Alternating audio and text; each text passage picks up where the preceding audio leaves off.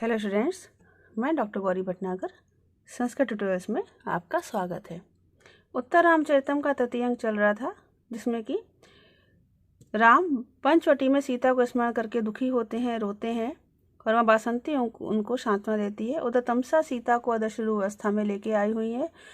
सीता भी राम को देख के दुखी हो जाती है और जब राम बताते हैं बासंती को कि उन्होंने अश्वमेध यज्ञ करने के लिए हिरण्य में सोने के निर्मित स्वर्ण प्रतिमा रखी है सीता की पत्नी के रूप में, तो वहाँ सारे ही राम को बड़ा ही, सीता भी इस बात से लेकर राम के प्रति बड़ी है उनको सम्मानित तो महसूस होता है कि राम ने उनकी स्वर्ण प्रतिमा बनाई हुई है। फिर राम उनको कहते हैं कि अब मैं यहाँ से चलता हूँ जहाँ चाहिए, और तमसा भी सीता को कहती हैं चलें। तो उधर बासंती जो है वो बासंती को राम बता रहे हैं स्वर्ण प्रतिमा बनाई हुई है। इसके पश्चात वो जाने के लिए अनुमति लेना चाहते हैं बासंती से। तो आगे देखे, बासंती कहती है महा अनियम व्रति करो अस्माकम प्रसादा। अनियम यह है, अनियम मीन्स आगमन, अस्माकम हमारे ऊपर, महा प्रसादा व्रति करो महान अनुग्रह है आपका, यह आना हमारे ऊपर महान कृपा है। गमनम प्रति यथा कार्य हानि न भवति तथा कार्यम, प्रस्थान के लिए जैसी कार्य में हानि ना हो, जिस प्रकार से कार्य की कोई हानि ना हो, ऐसा करना चाहिए। अर्थात अगर आपको जाने की इच्छा हो, अगर आपके कार्य में कोई हानि ना होती हो तो आप रुक सकते हैं, अन्यथा आप जाने के लिए तैयार है, आप जाने के लिए आप जा सकते हैं। राम के तथास्तु ऐसा ही हो। तो सीता कहती हैं प्रतिकूल इदानी में वासंती समृता, इस समय वासंती मेरे लिए प्रतिकूल हो गई। क्यों प्रतिकूल हो गई? क्योंकि बासंती राम को जाने के लिए कह रही है, तो सीता दुखी हो रही है। कहती बासंती इससे मेरे विरुद्ध आचरण कर रही है। क्यों? क्योंकि सीता चाहती है कि राम वहीं पर रहें और सीता उन्हें देखती रहे। तब तक तमसा कहती है वत्स्य एहि गच्छाओ, पुत्री आओ चलते हैं। तो सीता कहती है एवं करिष्यावा, ऐसा ही करते हैं, क्योंकि राम भी जा रहे हैं। फिर वो कहते हैं हम भी चलते हैं। तो तमसा कहती है इसके बाद कथम व गम्यते, अथवा कैसे जाएंगे, यस्मात् तब, क्योंकि तुम्हारा प्रत्युप्तस्य दयिते तृष्णा दीर्घस्य चक्षुषा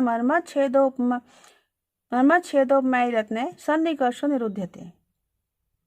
कहते हैं क्योंकि तुम्हारा दयिते प्रिय राम में प्रत्युप्तस्य एव बोए हुए के समान, प्रत्युप्तस्य बोए हुए के समान, तृष्णा दीर्घ चक्षुषा, तृष्णा से दीर्घ नेत्रों का, तृष्णा मीन्स लालसा से, देखने की इच्छा से दीर्घ नेत्रों का, सन्निकर्षा संबंध, मर्मच्छेदोपमय मर्म स्थल में छेद करने के समान, मर्म स्थल को भेदने के समान, यत्ने प्रयासों के द्वारा, निरुद्धते रोका जा रहा है।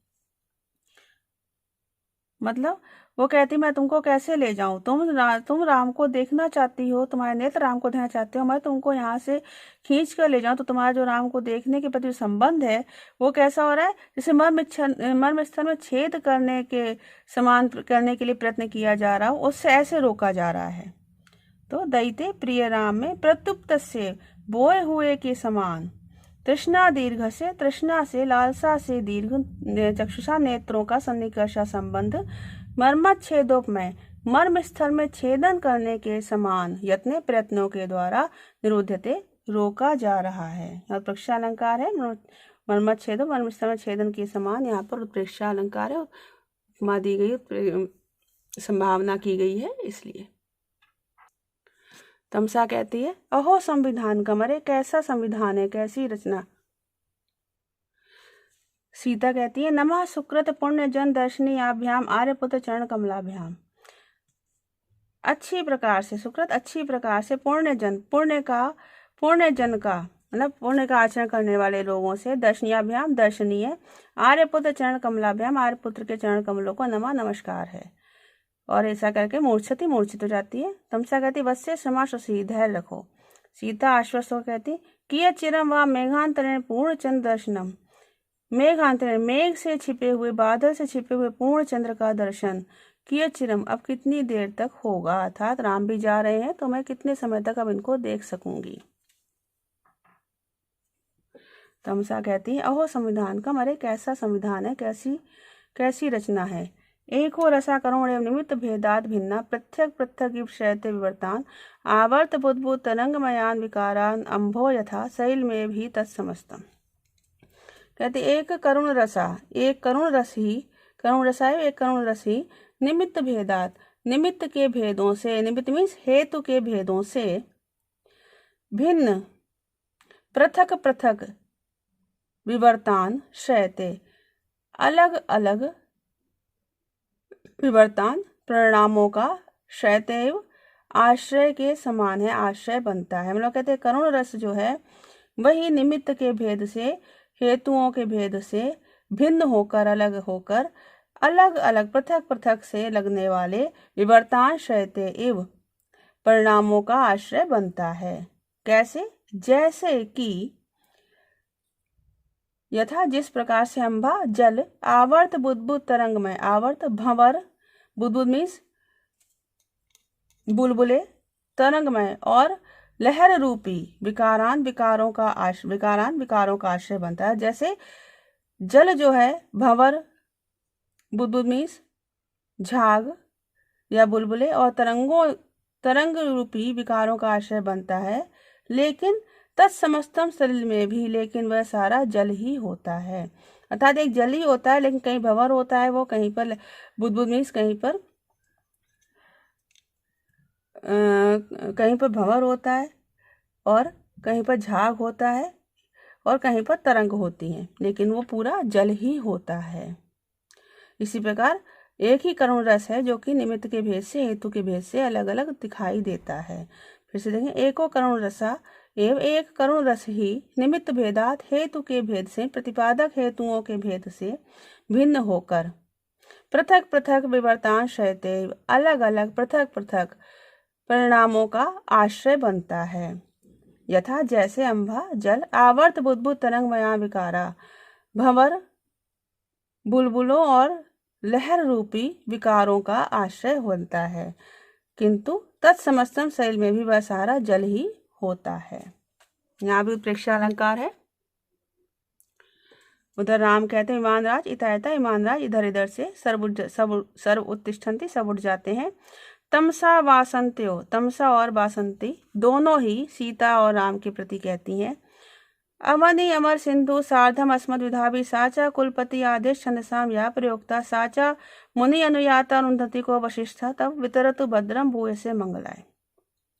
अवनि अमर सिंधु, अवनि मीन्स पृथ्वी, अमर सिंधु मीन्स जो अमर नदी है अर्थात भागीरथी है, गंगा है। क्यों अमर? क्योंकि वो स्वर्ग से आई है गंगा, इसलिए अमर सिंधु कही है।